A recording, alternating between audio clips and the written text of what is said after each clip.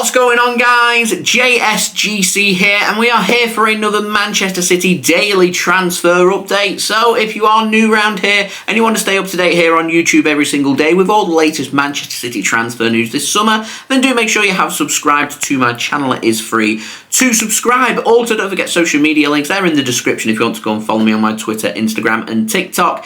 Email also in the description too if you want to hit me up for any sponsorship for any videos or any general business inquiries. Don't forget to leave a thumbs up. 300 likes is the aim, and do let me know your thoughts as well in the comments below. Also, don't forget to go and check out today's video sponsor, which is brought to you by Sofascore. They're going to be keeping you guys up to date with all the latest football scores, match information, match statistics and analysis ahead of the new football season. They will keep you up to date with all the latest scores as well from all the other games and all the other sports that you guys love to follow, all in one place, all in one app. It's a free app to download, so worthwhile checking out. Anyone that does download the Sofascore app using my link in the description or the QR code on screen does help to support the future content created here on my channel, and it is also a very highly rated app, so do go and check it out. So we're going to crack on with this video. Unfortunately, no ins news. It has been a bit quiet over the last 24 hours. It is to be expected as we head post-weekend into the week. I should imagine as the week goes on, things will start to warm up and get even more interesting.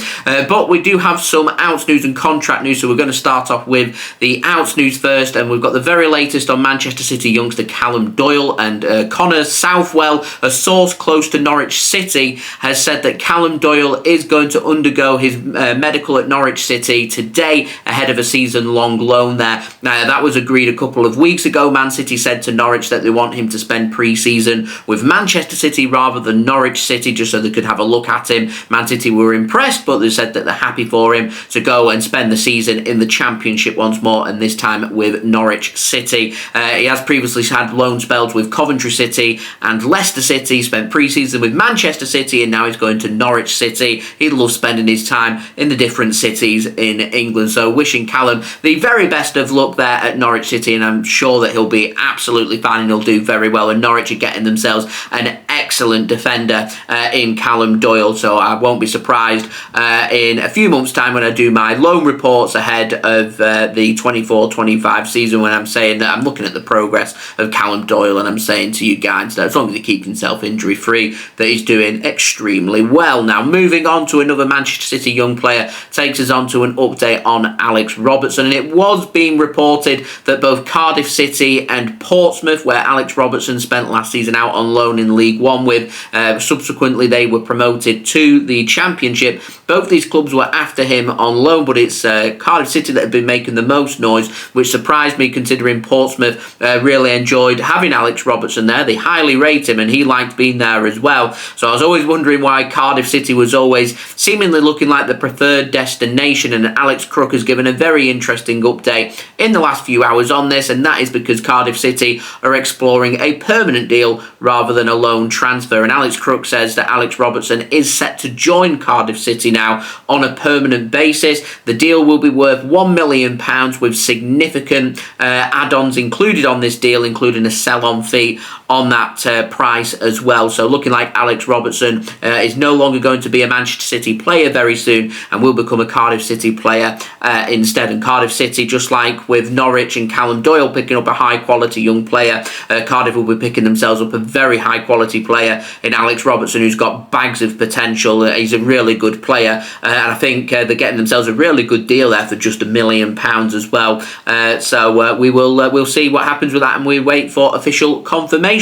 Now, moving on to the final transfer takes us on to the contract news and takes us on to an update on Ederson. A very promising, very exciting update on Ederson, because Man City have fought really hard in this window to keep Ederson at the club. They haven't buckled. They've always held his value, £50 to £60 million if you want to sign Ederson from Manchester City. Fended off big interest from Saudi Arabia. We know that Ederson was interested in that move to Saudi Arabia. He was happy to join either Al Nassr or Al Ittihad, who were both interested in signing Ederson, but Man City have managed to fight off competition to keep Ederson at the club and price out a move there for Ederson, which I'm sure if he pushed hard enough and handed in a transfer request, there may have been a little bit more negotiation from Manchester City, but Ederson hasn't done that, and he has said publicly that he was happy to be working with Pep Guardiola to stay at Manchester City as well. So I think Man City now are wanting these words to be put into action, and they want to keep Ederson long term at the club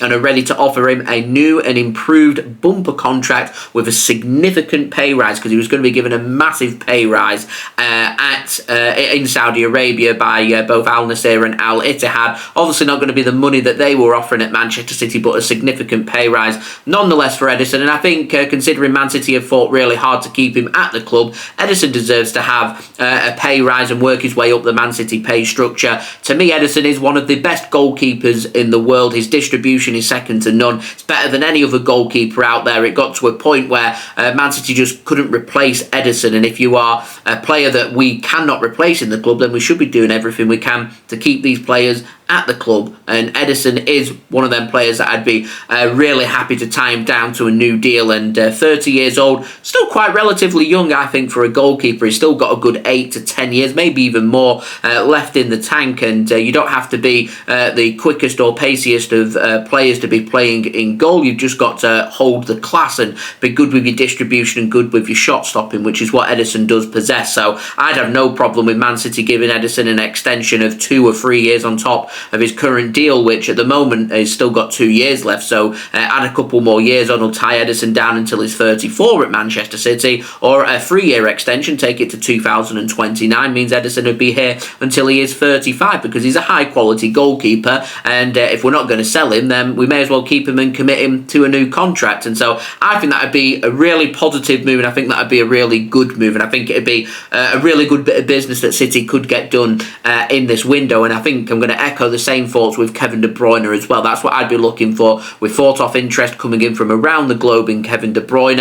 Obviously Kevin De Bruyne will be lucky. He's already at the top of the Man City pay scale, but he's obviously settled and happy at Manchester City. So rather than running the risk of him leaving for free, if a player still holds that high quality that we're looking for, then try and keep him here. Obviously Kevin De Bruyne is a little bit older than Ederson, so you're not going to be offering him a free 4-year extension on top of his current deal, but I certainly think he's worth at the very least, a 12-month extension on top of his current deal, maybe even a 2-year extension, because at the moment Kevin De Bruyne's contract is up next summer, and I think that is something worth thinking about. And if we're not going to go out there and sell players and sign players, you may as well keep hold of your best players, these players that are always starting for Manchester City, and that's what Ederson and Kevin De Bruyne are, the high quality players who are regular starters for Manchester City. So keeping them at the club for even longer is a good bit of business to get done. Same situation again with Pep Guardiola as well. So we'll see what City do get done with their business in this month for the remainder of the transfer window. So there we go. That has been today's transfer update. If you did enjoy this video, do leave a thumbs up. 300 likes is the aim. Do let me know your thoughts as well in the comments below. Don't forget to subscribe if you're new around here. Press that red button, press the bell, and put your push notifications on. Social media links there in the description if you want to go and follow me on my Twitter, Instagram, and TikTok. Email also in the description too if you want to hit me up for any sponsorship for any videos or any general business inquiries. And do go and check out today's video sponsor, which is brought to you by Sofascore.